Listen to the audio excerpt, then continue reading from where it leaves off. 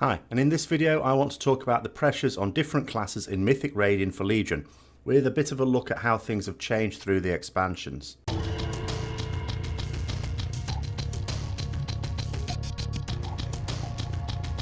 Back in vanilla, the serious raids were 40 people strong and you had access to 8 classes. Yes, there were 9 classes in the game, but Paladins could only be Alliance and Shamans only Horde. So each guild had access to 8 classes, so that was basically 5 of each class for the most part. It was a time of class leaders, as even though each class had 3 specs, most of them were not really a sensible choice. Arcane Mages, Protection Paladins, etc. were all a bit pointless for raiding.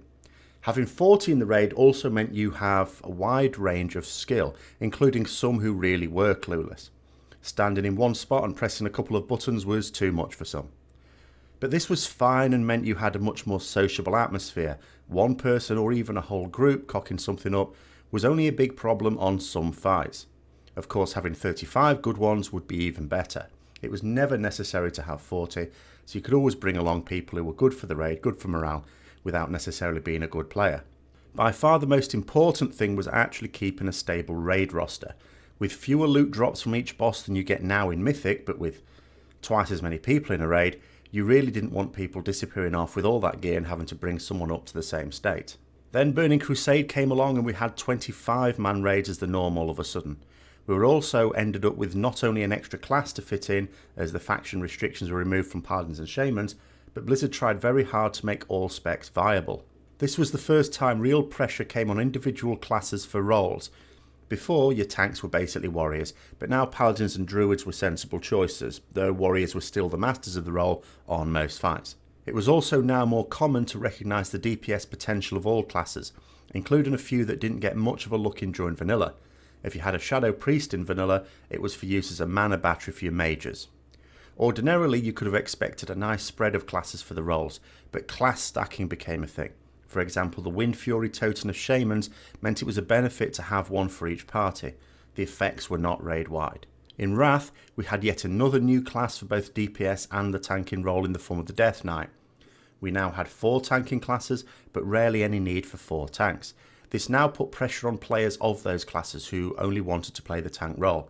In addition, we now had 10 DPS classes, with several of them being stacked up still. As more expansions went by and looking forward to Legion, we're now in the position where we have 12 classes. This splits up as follows. So for tanking we now have 6 classes, but guilds now have 2 tanks as standard. It's almost never the case that a 3rd tank is needed, and when it is, it's often a relatively straightforward task for which you don't need a specialist tank. This means a DPS or healer with a tanking spec could fill in on those fights, without needing a lot of practice. Tanks are also a breed that are expected to have pretty much 100% attendance in Mythic guilds. Tanking is a partnership, and it's almost always considered most productive to have a set partnership. So you don't recruit an extra tank, but rather a DPS who can tank when emergencies occur. There are also 6 healing specs across 5 classes, with 3 or 4 healers commonly being used on progress. This means at least 1 healer on the bench, but as often as possible 2. Sure, you need an extra for absences, but it's not about the people here, it's about the actual class representation in the raids. Not being able to get each spec involved when they all have their little benefits means you introduce the concept that some specs are better suited for a particular fight. So the choice of bench becomes not who are the least effective players, but which are perceived to be the least effective specs. And so the concept of bring the player not the class starts to look a bit ropey. Then on to DPS, where it evaporates altogether. Here we have 12 DPS classes for a maximum of 15 spots, 14 on quite a few fights usually. Just about fits in though. Well, not quite. You'd expect to double up at least on the pure DPS classes. This means an extra Mage, Warlock, Hunter and Rogue. So we're now on to 16 DPS for at most 15 spots, but usually 14. Then comes Shamans and Druids.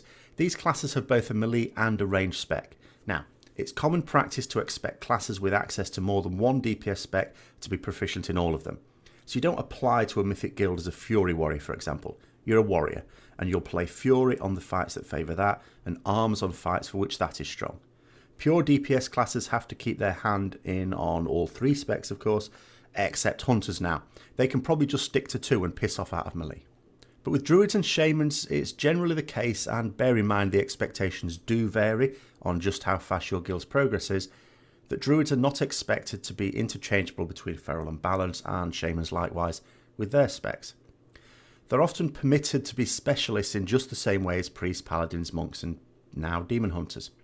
Of course, those players still strengthen their cause by being able to play both, but it's an extra gearing project that's not always easy to maintain in most Mythic guilds. And then there are some hybrid classes where doubling up is also common. In WoD, it wasn't unusual for guilds to have multiple balanced druids, separate from their feral, and a couple of death knights as well. There is also some pressure on specific types of DPS. For both dungeons and raids, we can sensibly consider melee and ranged DPS separately. Melee DPS have issues with sight, regardless of the max camera distance issue, and ground effects. This means that melee are usually more of a liability than ranged, who can see more of the encounter, can move out of ground effects, and still DPS regardless of the position of the target. They can also switch targets without having to spend much, if any, time moving. So why have melee at all? Well, they can be useful for meteor type effects where you have to spread damage out. They can DPS more easily on the move if they're on the same target. They're good for interrupt rotations, for example, having much shorter cooldowns on that ability. But in general, there are some fights where a nice mix of melee and ranged is good, and some where you want as few melee as possible. There are no fights where ranged are a problem. And then we have this. Of the 12 DPS classes, 6 of them can only be melee, with a further 3 having the choice between a melee and a ranged spec. The remaining 3 classes can only be ranged. So if a player with a DPS focus randomly chose classes, with none being more or less popular than the others, then you'd always have much more melee than ranged, and this is the case. It's why even progress Mythic girls have about half of their DPS being melee, supply and demand. It also means that there will, by definition, be some good melee players who have to scrap around in heroic guilds because there aren't enough Mythic spots for them. By the same token, you could be a bog standard mage, for example, who isn't that great at Mythic encounters and their mechanics, but you get a spot because guilds are crying out for you. So anyway, back to our imaginary roster. This now seems to leave us with 20 DPS, including the extra Boomkin and Death Knight, but 18 DPS if you just want 1 of each hybrid and 2 of each pure. So a guild looking to cover all bases will have at least 2 tanks, 5 healers and 18 DPS for a total of 25. Now with the raid size being 20, this means that your raid has to do without 5 class role combinations, realistically speaking, and that's not including the tanks. But this generates problems in itself. When Mythic was given a set size for Warlords of Draenor, the reason was given that it allows the designers a free hand to develop mechanics without worrying that a guild won't have the special skills needed to deal with them. But here we have a situation where exactly that happens. You might have them in your roster, but you can't possibly have them all in your raid, and that means sitting people based purely on spec at times. It's even worse for tanks because you just don't have that capacity.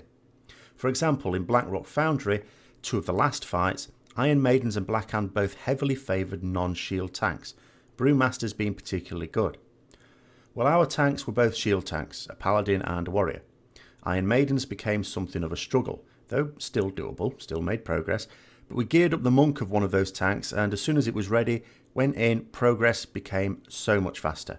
Iron Maidens became a breeze where it had been tight before, and Blackhand was also massively simplified. But what about guilds who didn't have the capacity to even bring in a spec like that?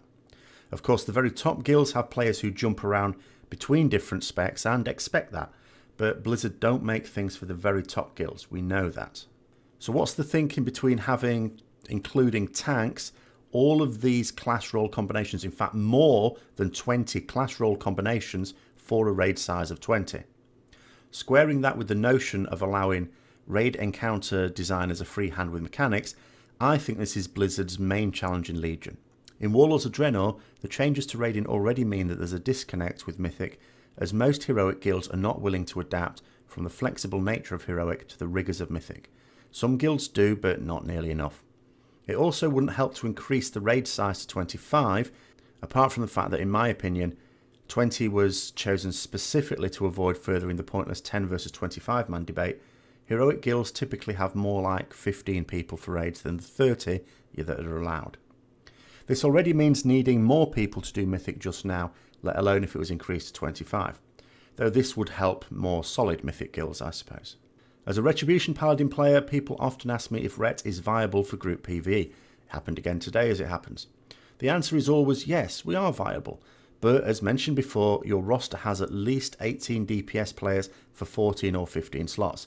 And that's if you keep a tight check on roster size as I used to. It's far more common to have more. We have 22 in our guild. That's 50% extra, which means 50% of your DPS players are sitting out on a night where everyone is available. And it's very rare for players in a Progress Mythic guild to be missing from Progress Raid nights. So although Blizzard might feel somewhat aggrieved at the shit they get over certain specs because they feel they've worked hard at making them all viable, and remember they weren't at all back in vanilla, so this is good progress. But being viable doesn't count for much now. The maths is simple enough. We have 25 viable class role combinations for 20 raid spots, and this goes up to 29 if we accept the notion that pure DPS class we should always have 2 of them. That is a 45% excess of class role combinations, never mind individual people, for Mythic raiding. Now, if Blizzard are in need of a topic for their live Twitch Q&As, this is a discussion I'd love to hear from a developer. One final thing before I upload this into the ether though, every expansion has brought with it very major changes to raiding, and I mean major ones. That means it changes the way you do raiding. But we're not seeing any so far for Legion, so maybe the people who do consider changes to the raiding model will be doing exactly this right now. In Burning Crusade, we had a massive reduction in raid size from 40 to 25 man, and of course by making all specs viable, we had much more pressure on raid spots. In Wrath, we got 2 raid sizes for the same raids, as well as hard modes brought in. Late Cataclysm saw the introduction of LFR, for good or for ill. Missa Pandaria brought flexible raiding later on. Warlords of Draenor expanded on the flexible raiding with the 2 raid size condensed for the hard mode raiding. Now, not all of these changes came at the start of the expansion, so what's in store for Legion, I wonder? So I'll leave you with those thoughts and hope you found it interesting as always. If you have, don't forget to like, comment, subscribe and share, and until next time, I'll see you later.